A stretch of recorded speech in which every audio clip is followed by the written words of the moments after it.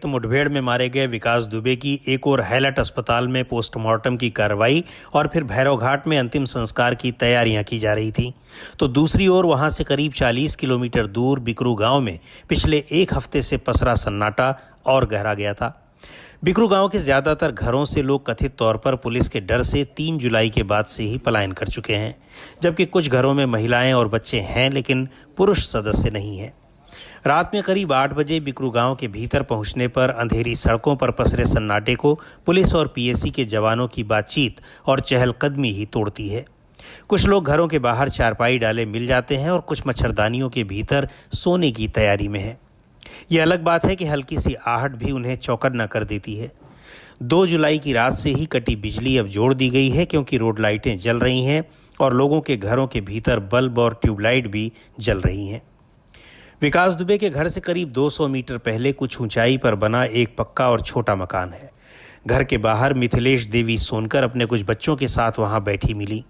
हमें नज़दीक आते देख अंदर चली गईं, लेकिन बुलाने पर बाहर आ गईं और बात करने को तैयार हो गईं। विकास दुबे के मारे जाने की खबर उन्हें भी सुबह ही मिली थी। कहने लगीं, हम लोगों के लिए तो बहुत अच्छे थे, हमें जो भी ज़रूरत होती थी वो पूरी करते थे। सरकारी योजनाएं हों, राशन हो या फिर कोई समस्या हो, वो हमेशा मदद के लिए आगे रहते थे। गांव वालों को तो उनसे कोई शिकायत नहीं थी, बाहर क्या हो रहा था ये सब हम लोगों को नहीं मालूम।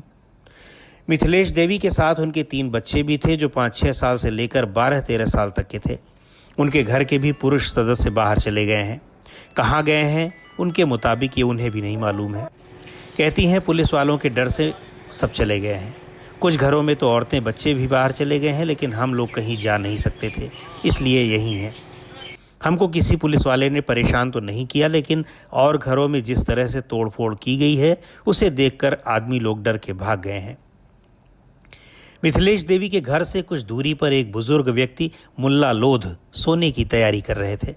चारपाई पर मच्छरदानी टंग चुकी थी और बस उसके भीतर जाने ही वाले थे। हमें देखकर थोड़ा बाहर आए जहां रोशनी थी। मुल्ला लोध का मकान तो कच्चा ही था, लेकिन खेती अच्छी करते हैं। ट्रैक्टर भी रखे हुए हैं और खेती से संबंधित दूसरे यंत्र भी उनके पास हैं।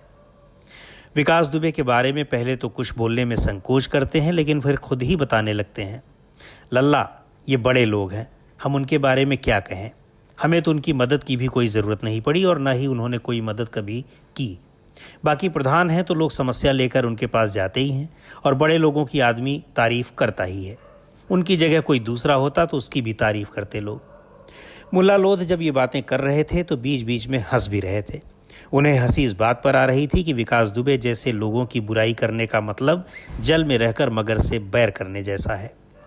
उनका कहना था कि शायद यही वजह है कि गांव में उनकी बुराई कोई नहीं करता। हालांकि मिथिलेश देवी जैसी सोच वाले भी बहुत से लोग हैं, ऐसा खुद मुल्ला लोध भी स्वीकार करते हैं। बिकरू गांव में अंदर आने वाली मुख्य सड़क के टी पॉइंट पर विकास दुबे के ढहे हुए मकान के खंडहर दिखते हैं। मकान थोड़ी ऊंचाई पर बना था। नीम के 3 विशालकाय पेड़ों के अलावा वहां सिर्फ ईंट, प्लास्टर, लोहे और लकड़ी का मलबा ही बचा है, जो कि एक आलीशान मकान के अस्तित्व को बयां कर रहा है। भीतर जमींदोज की हुई लग्जरी गाड़ियां, ट्रैक्टर और कुछ अन्य कृषि उपकरण पड़े हैं, जो अपनी अवस्था और अंधेरे की वजह से पहचान में नहीं आ रहे हैं। विकास दुबे के घर के दाहिनी ओर के ठीक सामने प्रेम प्रकाश पांडे का घर है, जिन्हें 2 जुलाई की घटना के अगले ही दिन कथित एनकाउंटर में मार गिराया गया था। प्रेम प्रकाश पांडे के बेटे शशिकांत पांडे उसी दिन से फरार हैं। दूसरी ओर के मकानों के भीतर बिजली जल रही है और पंखे भी चल रहे हैं, लेकिन घर के भीतर कोई नहीं है। बिकरू गांव में ऐसे तमाम मकान हैं। कई घरों के बाहर पशु भी बंधे हैं, जिन्हें गांव में बची महिलाएं ही चारा पानी दे देती हैं। प्रेम प्रकाश पांडे के घर के बगल वाले घर में भी कोई नहीं है। घर के भीतर रसोई में रखे सामानों से पता चलता है कि इसे छोड़ने वाले ने छोड़ने से पहले इसे करीने से सजाया था, लेकिन तलाशी के दौरान सब कुछ बिखेर दिया गया। रसोई के बाहर एक फ्रिज रखा हुआ है, जिसका दरवाज़ा खुला पड़ा है और फ्रिज के भीतर कुछ नहीं है, जबकि बगल में बेडरूम है, जिसे बुरी तरह से अस्त व्यस्त किया गया है। प्रेम प्रकाश पांडे की पत्नी सुषमा देवी और उनकी बहू मनु पांडे कमरे में गुमसुम बैठी हैं। मनु पांडे के 2 छोटे बच्चे सो रहे हैं। मनु पांडे हमसे बात करने के लिए बाहर निकल कर आती हैं और बेहद धीमी आवाज़ में बात करती हैं। उनके घर के अहाते में ही सीओ बिल्हौर की हत्या हुई थी। उस समय गोलियों की आवाज़ से दोनों महिलाओं ने बच्चों के साथ खुद को कमरे के भीतर ही बंद कर लिया था। मनु पांडे कहती हैं कि ये हमारा घर नहीं है, हमें विकास दुबे ने ही रहने के लिए दिया था। पहले हम लोग बाहर रह रहे थे जहां मेरे पति काम करते थे। लॉकडाउन के चलते यहां आना पड़ा और अब हम लोग फिर जाने की तैयारी कर रहे थे। पुलिस वाले मेरे ससुर को यहां से ले गए और बाद में पता चला कि उनका एनकाउंटर हो गया। मेरे पति भी इसी डर के मारे भाग गए हैं। अब तक कुछ पता नहीं है कि कहाँ हैं और किस हाल में हैं। दोनों छोटे बच्चे हर समय यही पूछ रहे हैं कि पापा कहाँ हैं। मेरे ससुर विकास दुबे के रिश्तेदार नहीं बल्कि उनके यहाँ नौकर थे। ज़बरदस्ती उन्हें रिश्तेदार बताया जा रहा है। मनु पांडे से बातों के दौरान ये साफ पता चलता है कि 2 जुलाई की रात की घटना का खौफ उनके मस्तिष्क में अब तक बना हुआ है। कहती हैं कि ज़रा सी आहट से भी हम लोग डर जाते हैं क्योंकि ज़िंदगी में ऐसी घटना कभी नहीं देखी थी।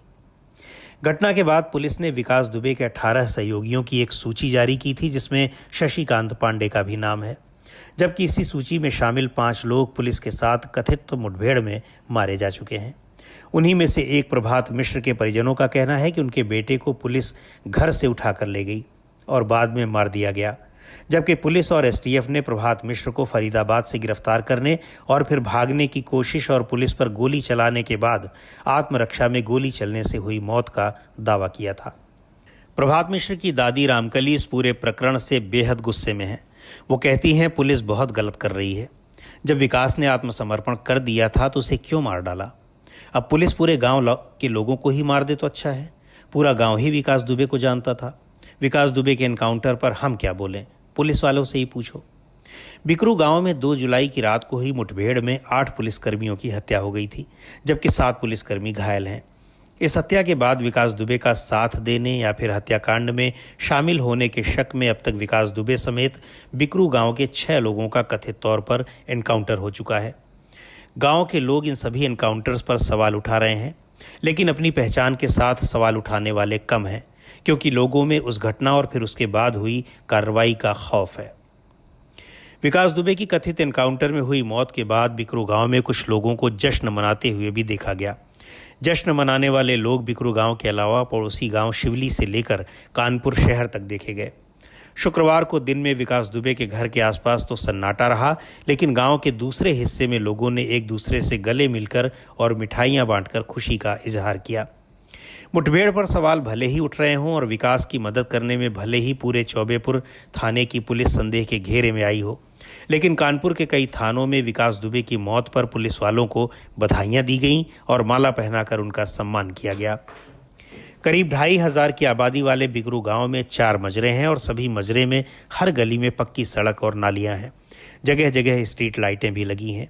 गांव के लोगों का कहना है कि यहां प्रधान चाहे जो बने, लेकिन विकास के काम विकास दुबे के मशवरे से ही तय होते थे। साल 2011 में इस गांव को निर्मल ग्राम पुरस्कार भी मिल चुका है। गांव में सबसे ज़्यादा आबादी अनुसूचित जाति के लोगों की है, उसके बाद ब्राह्मण और फिर मुस्लिम समुदाय के लोग हैं। शुक्रवार को मुस्लिम समुदाय के कुछ लोगों ने भी विकास दुबे की मौत का जश्न मनाया। गांव के ही रहने वाले रियाज अहमद बताते हैं कि 25-30 साल पुरानी बात है। कुछ लोगों से विकास दुबे की लड़ाई हुई थी। उसके बाद से मुसलमानों को अक्सर परेशान करते थे। जैसे सब लोगों में उनका आतंक था, वैसे ही मुसलमानों में भी आतंक था। जिन लोगों ने खुशी मनाई होगी और मिठाई बांटी होगी, उसके पीछे शायद यही वजह हो। गांव में मुसलमानों के घर मुश्किल से 25-30 हैं। किन लोगों ने खुशियां मनाई थीं ये पता नहीं चल सका, लेकिन मुस्लिम परिवारों ने विकास दुबे की मौत पर जश्न मनाया था। इसे वहां के लोग भी स्वीकार कर रहे हैं।